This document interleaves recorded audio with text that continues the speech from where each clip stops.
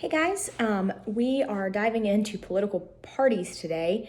Next week we'll do interest groups. The next week we will do voting, campaigns, and elections. The next week, and we'll have quiz 4 the week of the 15th. Then we'll do the week of the 22nd, media, power, and political communication. And then your essay that I have posted is due on the final day of class, which is November 29th. Or it's the beginning of the week of the final day of class, so you have got plenty of time to get that done. And then your third and final exam will be December 6th, so we're nearing the end. Hang with me, guys. If you've had any problems with your exam, please let me know. Otherwise, let's dig into political parties. So what's at stake when both political parties are honestly challenged by outsiders? This happened in 2016, and to both parties, but in different ways and with different results. Hillary Clinton is a Democrat, entered the party as the front runner. She was a moderate left Democrat, a liberal at heart who'd really been toughened as first lady. She really seemed as establishment as they came. But Bernie Sanders entered the race, and she didn't expect him to be the challenge that he was. Bernie Sanders is an independent senator from Vermont, but he ran as a Democrat. Because when you run in a major party's primary, instead of as an independent, you get a lot of advantages: media attention, a debate stage, ballot position, but it doesn't make you loyal to the party's goals or make the party establishment loyal to you. So Bernie Sanders surprisingly did well with young voters, the working class, and voters who really don't identify with the party. He did well in states with a caucus, which we'll talk about, and he left Clinton battle-scarred and with this reputation for being inauthentic and trustworthy. Many people who initially backed him never transferred that support to her. Obviously, he did not win the Democratic primary.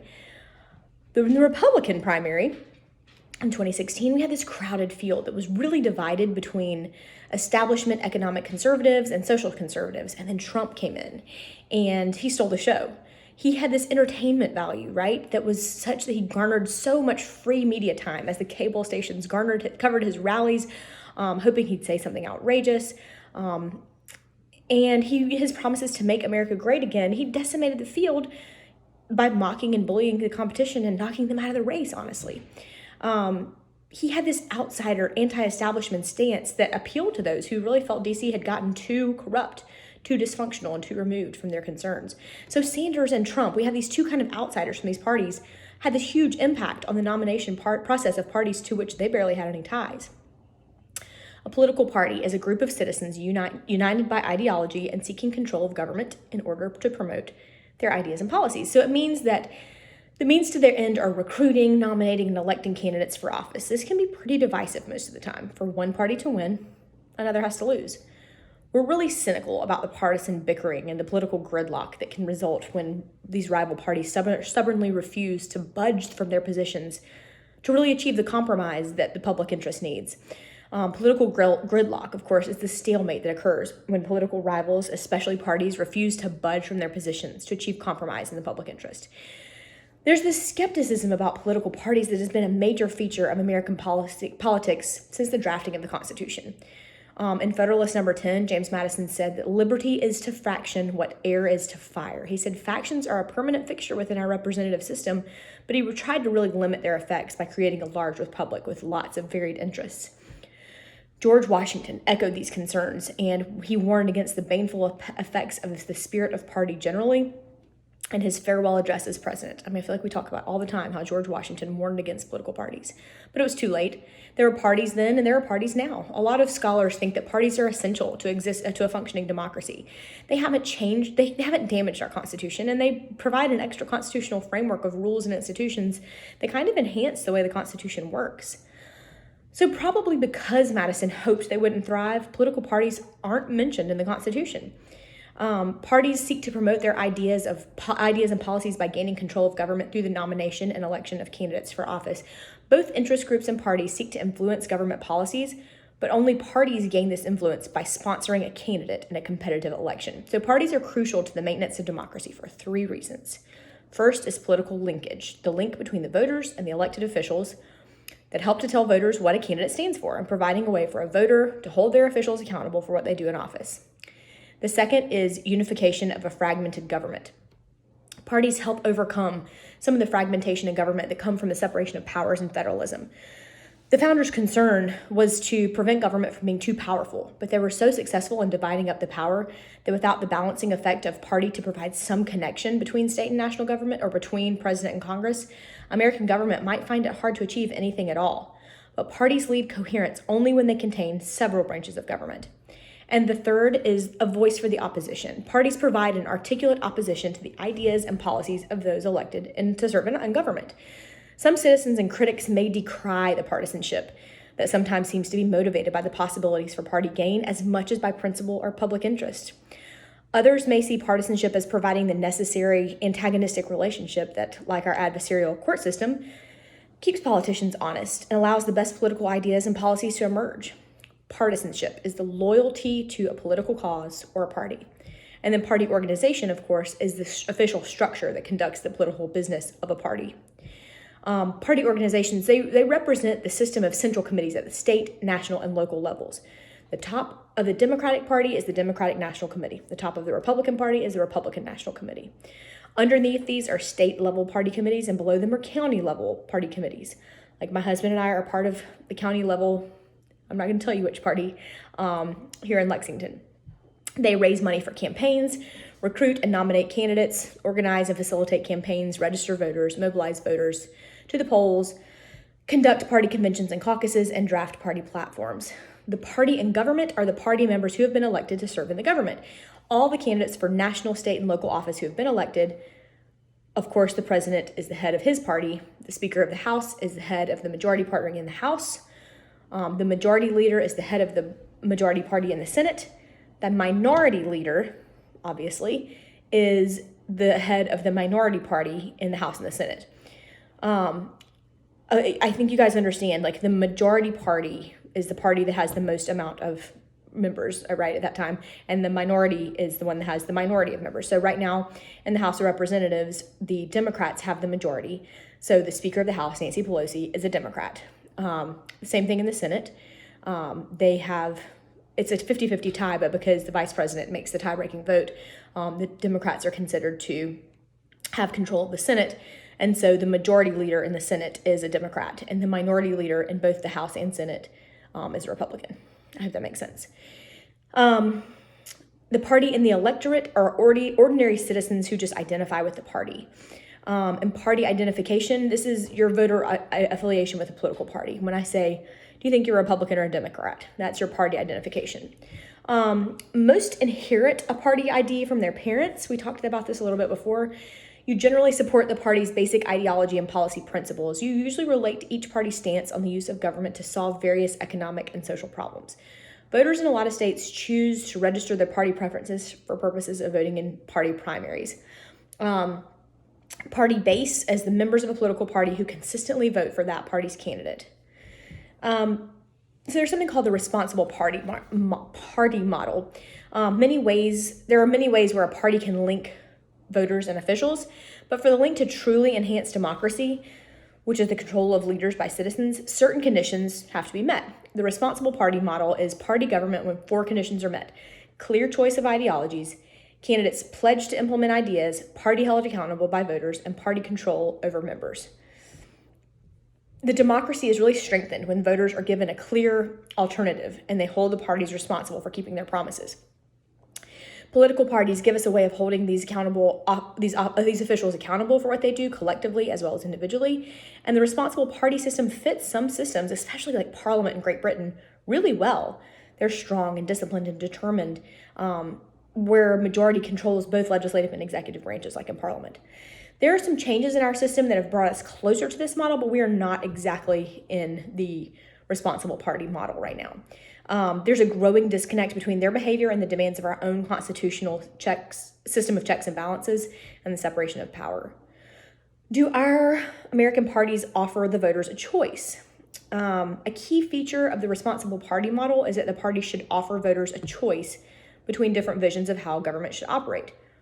Barry Goldwater in 1964 said we should offer a choice, not an echo. And I think that kind of stands out to me. The parties are quite distinct in their ideologies and memberships and policies and what they stand for. And each party represents a different ideological perspective about the way the government should be used to solve problems. Ideologies are broad sets of ideas about politics that help us organize our views of the political world and the information that bombards us and the positions we take. Since the 1930s, the Democratic Party outside of the South has been aligned with a liberal ideology and Republicans with a conservative perspective. The South is the most conservative region in the country.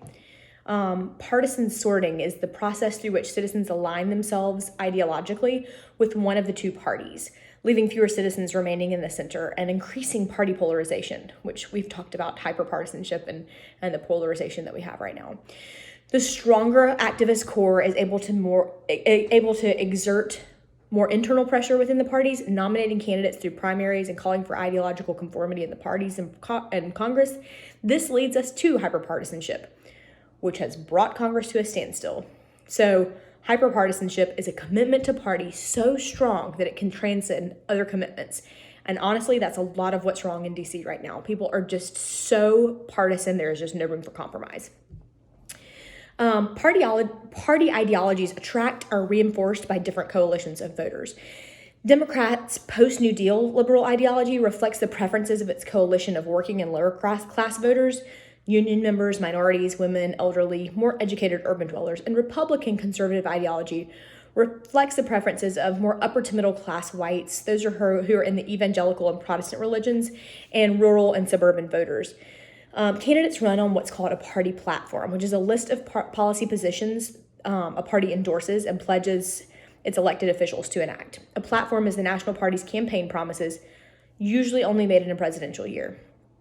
How do we keep the core ideological base satisfied while appealing to enough more moderate voters that they can win an election in a diverse constituency?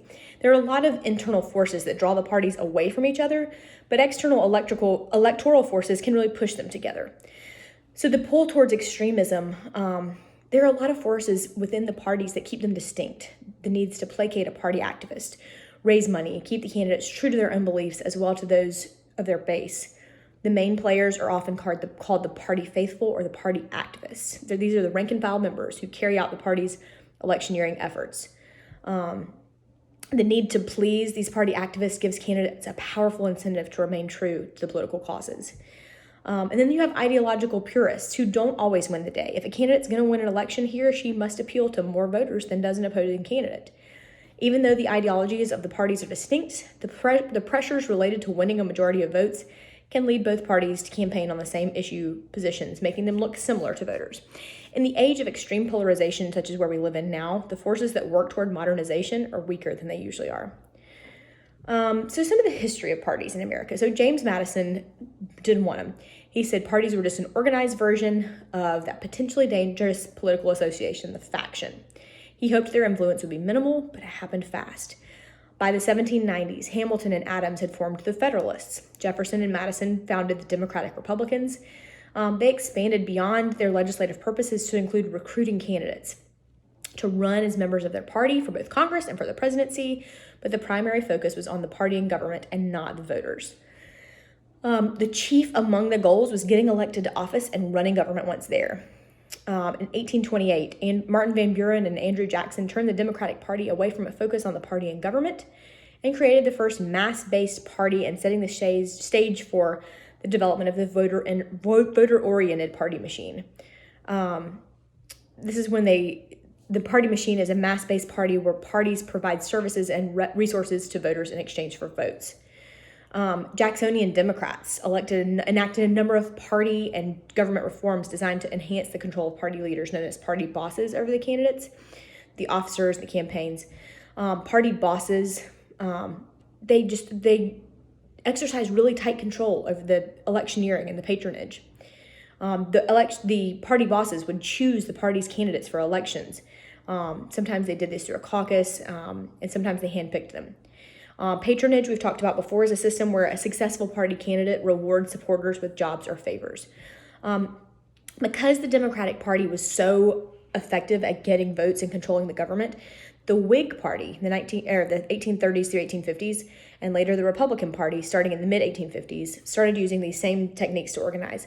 Parties were so effective at mobilizing voters that the average participation rate exceeded 80% in most elections prior to the 1900s. But the strength of these party machines was also their weakness. Parties would do almost anything to win, including directly buying the votes of the people and mobilizing new immigrants who do not speak English, resurrecting dead people from their graves to vote in elections. The patronage system came under attack as representing favoritism and corruption. Political reforms like the party primary and civil service reform, which we've talked about, where government jobs are filled based on merit instead of political loyalty, this did a lot to ensure that party machines went the way of the dinosaur. Now there is a party primary. It's an election where party candidates are nominated by registered party members rather than the party boss being like, hey, you're running for office. We have not had a revolutionary war in America since 1776, but we have changed our political course a lot of times over a lot of dramatic ways. We do this through a ballot box, though, instead of through a bloody war. Over the last 2 centuries, the two-party system in the United States has been marked by a lot of stability that lasts about 25 to 40 years, with one party tending to maintain a majority of congressional seats and controlling the presidency. These are called party eras. And then what's called a critical election signifies a significant change in popular allegiance from one party to another. There are short periods of large-scale change, peaceful revolutions that mark the end of one party era and the beginning of another. And then realignment occurs, the substantial and long-term shift in party allegiance by individuals and groups, usually resulting in the change in policy direction. De-alignment, on the other hand, is a trend among voters to identify themselves as independents rather than as members of a major party. We've gone through about 6 party eras in about 200 years. The New Deal coalition supporting the 5th party era changed, but no single critical election has marked a clear realignment since then. Since the 1980s, party identification has strengthened, but along more consistent ideological and less regional lines. Changes have labeled differences between like a red and a blue state, obviously red being Republican and a blue being Democrat. Southern, Midwestern, mountain states are red Republican states. Coastal, industrial, and Northeast are blue states. They support Democrats. So what do parties do? They play a really important role in our democracy by providing a link between citizens and government, coherence in government, vocal opposition. They're closely tied to 2 main activities of parties, electioneering and governing. Electioneering is the process of getting someone elected to public office. This is recruiting and nominating a candidate, defining an agenda, getting somebody elected. Before you can save the world, you must save your seat. These parties exist to help candidates get and save their seats.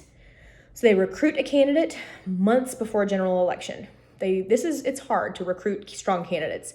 High-profile offices are usually easy to recruit for, but harder to fill are the less visible offices. Maybe those in state legislature and county government, especially if there's an incumbent, somebody who's been there before.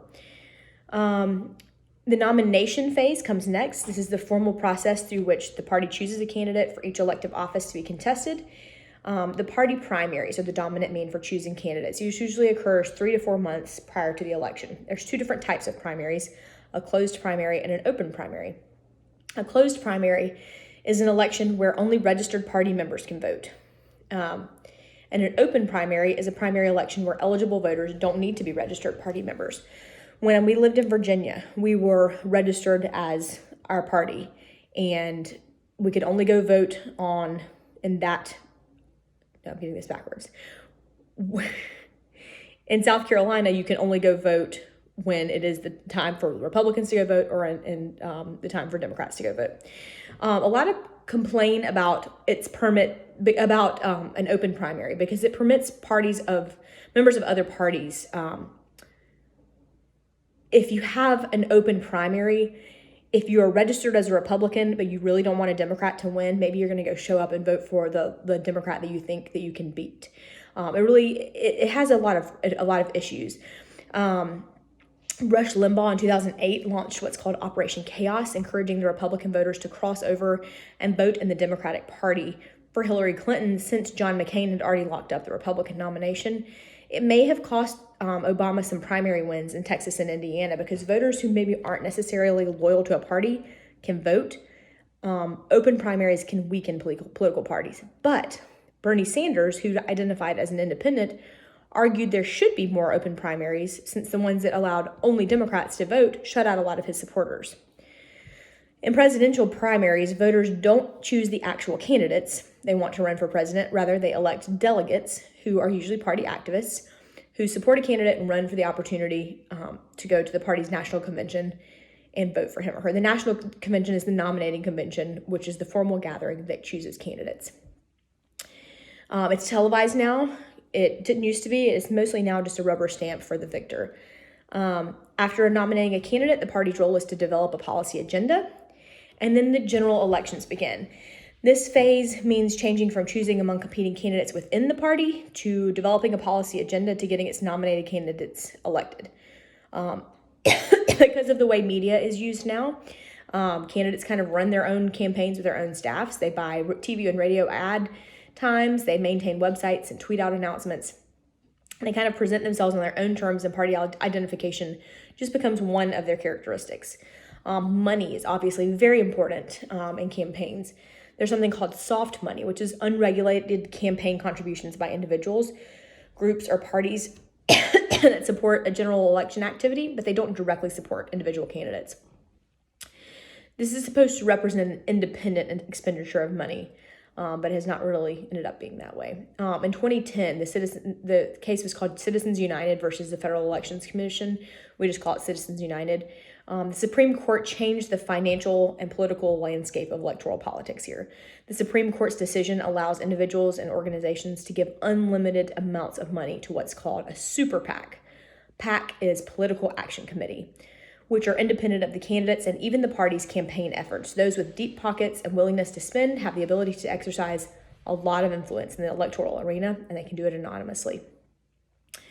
Once a party's candidate's been elected to office, then they have to turn to governance, which is the activities directed toward controlling the distribution of political resources by providing executive, legislative leadership, enacting agendas, mobilizing support, and building coalitions. It gives voters a means to make office holders accountable for failed and successful governing policies, and can provide this extra constitutional framework that can lend some coherence to the fragmentation produced by the separation of powers and federalism. So when a party controls a government, it means the party determines who occupies the leadership positions, like I talked about earlier. In 2016, Trump was elected president. The Republicans controlled all the top positions in the executive branch. They controlled the legislative branch. And the same thing is going on right now. We have Joe Biden as our Democratic president. The Democrats control both chambers, the House and the Senate. They control the legislative calendar, rules for governing legislative debates, and amendments. So the goal here is to execute a party's political agenda, the party's solution to the nation's problems. Each party represents an alternative vision for how to approach and solve problems. Do they actually implement their policy agendas? The party that controls the presidency typically implements about 2/3 of its party promises. Classic example is FDR's New Deal. He passed this within the first 100 days of his presidency. And then after the midterms that time, Democrats were still in charge and they passed the Social Security Act. But we've talked about before, typically after midterm elections, you don't remain in control of all three branches of government. Divided government, of course, happens more frequently now, and presidential success plummets when the president's party loses control of Congress. The voters determine if the party's candidate should be rewarded through re-elections or punished by electing someone else. Two parties we have are increasingly polarized and decentralized. Party systems vary a lot around the world. Some countries only have one major party, which maintains its power through institutional controls that forbid the opposition of the development of opposition parties, like totalitarian states like China, through corruption, informal means of physical coercion like Mexico until recently, through military control like Burma, Libya, Sudan, or prevent any meaningful party competition, and without choice, obviously democracy is impossible. Some countries have so many parties that no single party can amass enough votes to control government. So parties try to cooperate with other parties, governing as a coalition. Here in America, we are predominantly two parties, though we have a lot of third-party movements that come and go. But throughout most of our history, we've had two specific parties, Democrat and Republican, being the only parties with a viable chance of winning. We've experienced in the United States a few of the serious political splits that are usually responsible for multiple parties, stemming from language or religion or social conflict. Both Republican and Democratic parties predate the Industrial Revolution, the urbanization and suburbanization of the population, and the rise of the information age. We've weathered several wars, including the Civil War and 2 world wars, as well as numerous economic recessions and depressions. The most important reason that we have this two-party system in the United States is the rules of the system, in most cases, were designed by the members of these parties themselves, which makes it really difficult for third parties to do well on a permanent basis. Access to the national media can be really difficult for third parties. Congress has insisted on a special exemption that allows participation in televised debates to be limited only to candidates from the 2 major parties. And the debate commission requires candidates to reach 15% in the polls before they are invited. So over the years, we've had a number of third-party movements that have tried to alter the makeup of politics. Obviously, we had the Tea Party movement, which was not actually distinct from the Republican Party. Most Tea Partiers identify as Republicans. Third parties can have a large impact on a presidential election when winning margins are large and third parties may merely just be a blip on the screen. But when the electorate is narrowly divided, the presence of a third party candidate is fraught with peril for Democrats and Republicans. But third parties are not just a lose-lose proposition for major parties. Many major parties try to appropriate their issues and broaden their support. The United States has a rather limited menu of viable parties. Moderately liberal versus moderately conservative. The policy differences have really grown, though. In American politics, local and state party organizations make their own decisions. And decision-making is dispersed across the organization. Then we have organizations like the Republican National Convention and the Democratic National Convention, which are responsible for taking care of the national party's business. We have state organizations that are more professionally organized now than they used to be. And then we've had some changes over party discipline over time. Party discipline is the ability of party leaders to bring party members and legislature into line with a party program. This is more typical of a European parliamentary party. So we have political parties that are important to the success of democracy, and they're unpopular with the public. Voters are really turned off by the bickering and the partisanship and each party's absorption with its own ideas instead of the concern for the public interest. But the bickering itself may be a safeguard of American democracy. Americans often see politics as a dirty business, but that it really is our saving grace because it allows us to resolve conflict without violence. Americans don't see it as our saving grace because maybe we've enjoyed domestic tranquility for so long that we don't know what it's like to take our disagreements to the streets and battlefields. The media doesn't help. Instead of explaining substance of policy debate to citizens, it treats politics like one long, bitterly contested sporting event. Democratic politics is messy by definition. Authoritarian government is neat and tidy and efficient. But perhaps we should recognize that the partisanship is not a failure of politics, it's the heart of politics. And there are 3 things that we can do as citizens if we are frustrated with how politics are. We can have realistic expectations of the process. We can get involved. We have easy access to parties. And then don't split your ticket. If you're really disturbed by what you see as paralysis, vote a straight Republican ticket one year and vote a straight Democratic ticket the next year, and so on and so forth.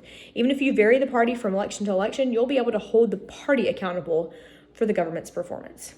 All right, thanks guys for hanging in with me, and I'll talk to you guys next week. Thanks.